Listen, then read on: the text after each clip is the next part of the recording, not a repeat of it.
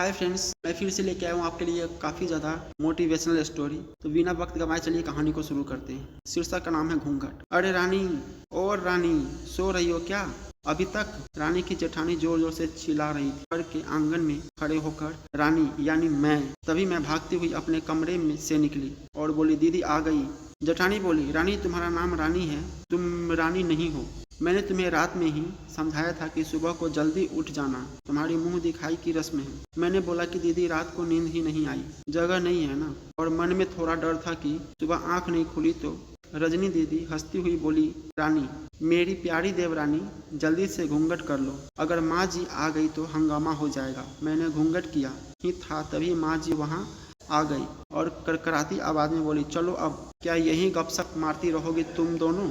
हमने चलना शुरू ही किया था तभी माँ जी ने रजनी दीदी के कंधे पर हाथ रखा और बोली, पता है ना कहाँ से जाना है और कैसे जाना है? माँ जी ने बोला कि जब भी कोई बड़ा तुम्हारे सामने खड़ा हो तो हमेशा घूंघट में रहना और कम से कम अपने बड़ों के सामने आना, और बिना घूंघट के तो कभी नहीं। रजनी दीदी कुछ बोली ही नहीं, बस अपना सर हिलाकर हाँ बोल दिया। मैंने भी बस अपना सर हाँ में हिलाया। माँ जी के जाने के बाद मैंने पूछा, रजनी दीदी आप तो स्कॉलर हो और इन सब चीज़ों को कैसे निभाते हो? रजनी दीदी मुस्कुराई और बोली कि मैं थारे जेठ जी से बहुत प्यार करती हूँ, इसलिए अभी तक चुपचाप सब चीज़ें निभा रही हूँ। मैं कुछ नहीं बोली और चुपचाप रजनी दीदी के साथ घर के बाहर वाले कमरे में जाकर बैठ गई। वहाँ पर एक पड़ोसी की आंटी जी बैठी थी। वो बोली कि यह कैसे बहू आई है? ससुर जी सामने खड़े हैं और ये यहाँ बैठी है, मुझे कुछ समझ ही नहीं आया। मतलब? रजनी दीदी बोली कि आंटी जी अभी नई बहू है, यहाँ के रीति रिवाज सीखने में थोड़ा समय लगेगा।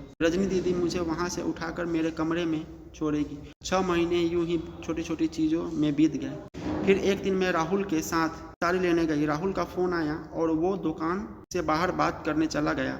साड़ी की दुकान पर मैं बेधड़क होकर साड़ियाँ देख रही थी, तभी साथ में बैठे हुए अंकल जी खांसे, एक बार, फिर 2 बार, फिर 3 बार। मैंने साड़ी वाले भैया से बोला कि भैया इन अंकल जी को पानी दे दो, बहुत खांसी हो रही है। इन्हें अंकल जी भड़क उठे और बोले, क्या बदतमीज लड़की है, ये कुछ शर्म लिहाज है या नहीं इसे?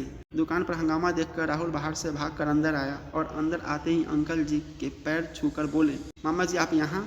मैं घबरा कर दुकान से बाहर निकल आई, एक लंबा घूंघट करके गाड़ी में बैठ गई। राहुल बाहर आया और गाड़ी में बैठकर गाड़ी बहुत तेज चलाने लगा। मैंने धीमी आवाज में बोला, गाड़ी बहुत तेज चला रहे हो, कहीं एक्सीडेंट ना हो जाए। हम घर पहुंचे ही थे तभी माँ जी जोर से चिल्लाते हुए बाहर आई, देखो आ गई है रानी साहिबा, खानदान की इज्जत मिट्टी में मिलाकर। तभी रजनी दीदी आई और बोली, माँ जी मेरे शादी को 6 साल हो गए हैं, मैं अभी तक मामा जी को नहीं जानती। ये कैसे जानेगी? माँ जी जोर से चिल्लाई, देखो कैसे चप्पर चप्पर जवान चला रही है। इस रजनी की भी कभी।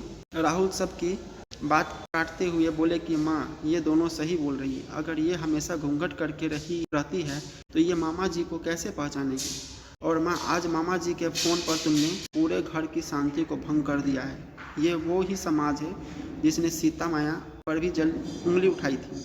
पिताजी और जेठ जी ने भी अपना पक्ष राहुल के साथ ही रखा। माँ जी थोड़ी देर सोचने के बाद वापस रजनी दीदी और मेरे पास आई और बोली कि तुम दोनों को अपनी मर्यादा पता है, मुझे उम्मीद है कि तुम कभी भी मेरा सिर शर्म से नीचे नहीं झुकने दोगी। हम एक ही परिवार के सदस्य हैं, हमें हमेशा साथ रहना है, अच्छा वक्त हो या बुरा वक्त, हर सदस्यों को अपनी मर्यादा पता है। माँ जी ने मुझे और रजनी दीदी को गले लगा लिया। तो फ्रेंड्स, कैसा लगा स्टोरी कमेंट करके बताइए और हमारे चैनल को सब्सक्राइब जरूर कर दीजिए। मिलते हैं अगले स्टोरी में।